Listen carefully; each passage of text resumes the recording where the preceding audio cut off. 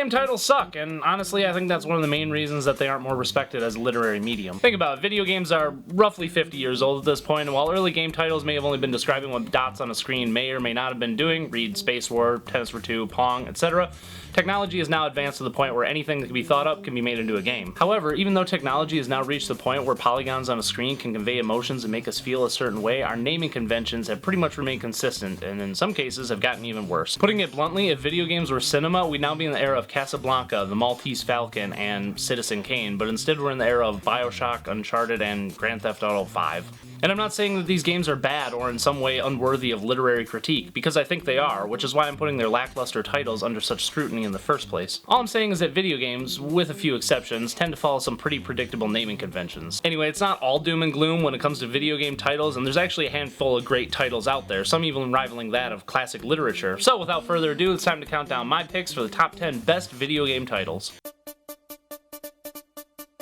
Number 10, Silhouette Mirage. Damn, what a good title. Does it tell you anything about the game? No, but a good title doesn't have to. Does The Catcher in the Rye tell you anything about Atticus Finch? No, it doesn't. Silhouette Mirage is a side-scroller developed by Treasure for the Sega Saturn and later for the PlayStation. In it, you play as the Messenger of Justice, who is tasked to do something with a computer system of some sort. The details don't really matter. This is a Treasure game after all, and as such the plot is either overly simplistic or overly complex, and this is certainly the latter. All you need to know is that your character shoots a different polarity shot depending on which way you're facing, and that you have to use the right shot on the right enemy to do any damage, an idea that would later be used in Treasure's seminal classic Ikaruga. Treasure, apart from being one of the most underrated game developers of all time, has actually been pretty good about avoiding the trappings of poor video game naming conventions, with most of their titles being just as creative as the games themselves, so don't be surprised if you see another one of their games on this list. Here's a hint, there's another Treasure game on this list. Shh.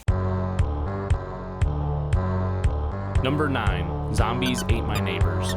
Okay, so a little bit of an aside here. When trying to come up with titles for this list, I did what any self-respecting game critic would do and Googled it. To my surprise, however, a Google search for the best video game titles of all time only seemed to bring up lists of the best video games of all time. Not exactly what I was looking for. This is another instance of why I think video games haven't fully matured as an art form yet, and that's the fact that there isn't a great deal of literature devoted to analysis and critique of the medium, and what little there is tends to lean heavily towards review and headline regurgitation. I did, however, stumble across several lists of the worst video game titles of all time, and was appalled to see that Zombies Ate My Neighbors was on several of these lists. So I'm partially putting it on this list to be a contrarian to authors that I'll probably never meet, but mostly because I happen to think that Zombies Ate My Neighbors is a fantastic video game title. It even manages to hit 3 out of 4 categories in the PINK acronym. What's the PINK acronym? Well, it's just a method used to determine if a title is any good or not. A good title must make a promise, create intrigue, create a need, or describe the work's content, and Zombies Ate My Neighbors does 3 out of 4. It promises me that zombies have eaten my neighbors, which they have. I don't know about you, but I am certainly intrigued by the words zombies ate my neighbors. I am told of the game's content, that content being that zombies have eaten my neighbors, and it possibly hits the 4th category, the fact that I need to play a game called Zombies Ate My Neighbors. You basically just run around the neighborhood killing zombies, aliens, and other horror cliches with makeshift weapons and everyday items. Think Ed, Edd n Eddy meets Shaun of the Dead, and that's basically Zombies Ate My Neighbors. Moving on. Number 8, The Binding of Isaac. Without knowing anything about this game, what comes to mind when you hear this title? Well, the word binding is easily the most prominent word, and it's not a word that's commonly used outside of a few certain, instances, so we can easily infer that the act of binding plays a part somehow, be it literal or metaphorical. We also have the name Isaac, and the binding seems to be acted upon the entity known as Isaac. Going back to our handy PINK acronym, this title, while intriguing, also alludes to the game's content. Even if we don't know exactly what that content is yet, we do know that someone or something by the name of Isaac is being bound either literally or metaphorically, and this will in turn create the core conflict of the work. And if you know anything about prominent Western religions, you probably thought of Abraham binding his son Isaac just before attempting to sacrifice him to prove his commitment to God, and a story sometimes referred to as The Binding of Isaac. The Binding of Isaac, the game, features a similar plot point with Isaac's mom receiving a command from God to kill her son. Isaac has to flee into their basement full of horrors and must fight his way through grotesque monstrosities in order to survive. Isaac is being bound by the horrors of the basement and was placed in that situation by the actions of his mother. I think this further shows the power of a good title, that it can be both incredibly specific and incredibly ambiguous depending on the lens through which it's perceived. Number 7, The Last of Us. If you're an avid gamer, you probably saw this one coming, as this game is by far the most well-known and successful on this list, and it also just happens to have one hell of a good title. The Last of Us tells the story of Joel and Ellie, who live in a zombie apocalypse of sorts and must fight for survival, possibly find a cure for the zombie-creating disease, and blah de blah de blah. Yeah, the plot really isn't all that original, but the game certainly executes its story well, even if it is a little predictable at times. That title, however, is unquestionably good, managing to be both simultaneously foreboding and hopeful, much like the game itself. It can refer to simply those that are still human, the remnants of society, or to the survivors that are old enough to remember what life was like before. With just how violent and unhinged Joel is portrayed and how hopeful and determined Ellie is, the game toys with the idea that maybe it wouldn't be so bad if the old world were to completely crumble. Joel, and others like him, are the Last of Us, and maybe we, more so than the virus, have put the world in the sorry state that it's in. Whoa. Damn, that's a good title. So good and tasty? Number 6. Sin and Punishment. And here's where the other treasure game comes into the picture. Sin and Punishment is a rail shooter hybrid in which you shoot things and do stuff. Like Silhouette Mirage before it, this game has a plot that's way too complicated to put into this video, and it also doesn't matter when it comes to the gameplay or the title anyway, so yeah. It's also frickin' weird. Something about humans eating other humans who aren't actually humans. Yeah, this is another one of those cool sounding yet utterly meaningless titles, and to be honest, I'm okay with that. Without knowing anything about the game itself, the title instantly piques your interest and coerces you into looking deeper. And those who have looked deeper have found what is easily one of the best games on the N64. Which is incredible, seeing as the game was never officially released outside Japan, even though all the voice acting and half the text is in English for some reason. Number 5. No More Heroes.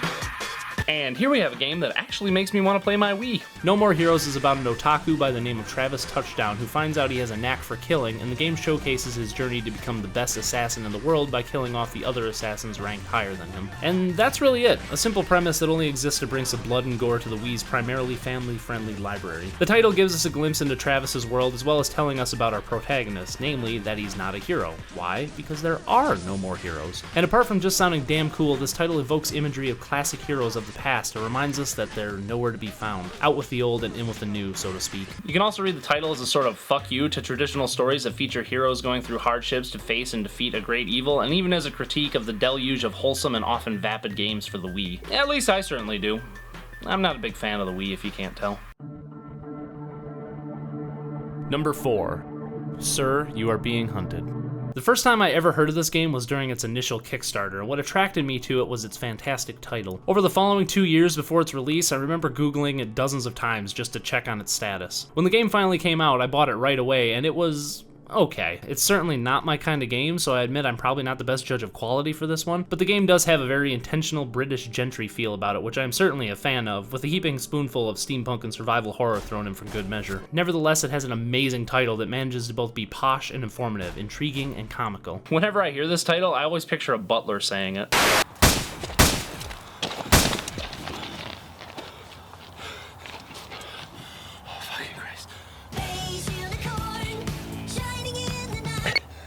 Mr. Beauregard, this is not a good time.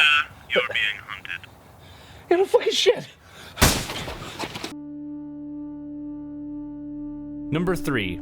The Static Speaks My Name. You're sitting alone watching television. The day is coming to a close and your eyelids hang heavy. As you drift off into the comforting beyond of slumber, thoughts dissipating into distant memory, you hear a faint whisper from your now untuned television set. Bernard. Your auditory senses send signals to the primitive amygdala within your brain, triggering that ancient fight or flight response as you become aware that you are no longer alone. Now fully lucid, you gaze upon the room only to discover the same empty living quarters you occupied only moments ago. Was it merely a dream? A hallucination brought on by exhaustion and too much cable consumption? Or are there other forces at work? Forces beyond that of human comprehension. Forces that only exist when one has entered the Twilight Zone. What are you doing in my house?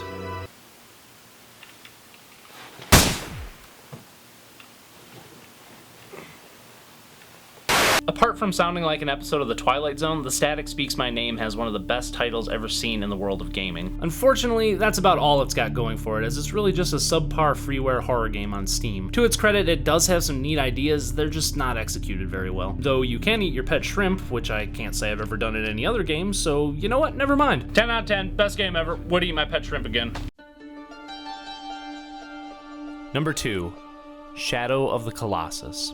Talk about a huge title for a huge game. Colossus, obviously, evokes imagery of Greek mythology and larger-than-life monsters and deities, but what this title alludes to isn't just big, it's so massive that mentioning the shadow that it casts becomes relevant information. Shadow of the Colossus is, of course, the second and best title in Team Ico's amazing trilogy of games focused on companionship, love, and loss. In it, you play as Wander, a young man who is tasked with finding and slaying 16 colossi in order to bring his love interest back to life. Not only does this title create interest and give us a taste of what the game is like, it also hints at the size and scope of the game world, a promise that is most certainly kept. Not to mention, it just feels damn good to say. Like, say it to yourself right now. Seriously, I'll wait. See? Didn't that feel good? If you haven't played this game yet, you're doing yourself a disservice, as it's one of the best games ever made and by far the best game on this list. But it doesn't have the best title. No, that honor goes to, drumroll please, close enough. Number 1. I Have No Mouth and I Must Scream. Oh, what a great title. It's like orgasm-inducing good. Okay, so I might be cheating here just a bit, seeing as the game is based on a short story of the same name, but the game's arguably more well-known than the story is, and it was co-developed by the original author Harlan Ellison anyway, so I'm counting it. Besides, this is the game that got me to start thinking about video game titles in the first place, so I almost have to put it at number 1. Not to mention, did you hear that title? I Have No Mouth and I Must Scream. What a brilliant string of words. I Have No Mouth and I Must Scream is a point-and-click adventure game that centers around a computer named Am that has killed off all of humanity except for 5 individuals that it's been keeping alive and torturing for more than 100 years. And the gameplay doesn't get much happier than that, as its puzzles and game locations often allude to ethical issues such as paranoia, genocide, and rape. That has got to be the bleakest game premise I've ever heard. Like, whoa. So yeah, apart from having what I think is the best title for any video game ever, I Have No Mouth and I Must Scream also has my vote for being the darkest game ever. Sorry, Bloodborne, you just can't compete with 100 years of torture and the genocide of an entire species. I still love you, though. Come on, don't be like that. I've got to go deal with this, but if you like what you saw, make sure you hammer on that like button and subscribe for more of that bucket hat goodness. Baby, wait, can't we talk about this? Come on, I promise I'll get all the umbilical cords next time.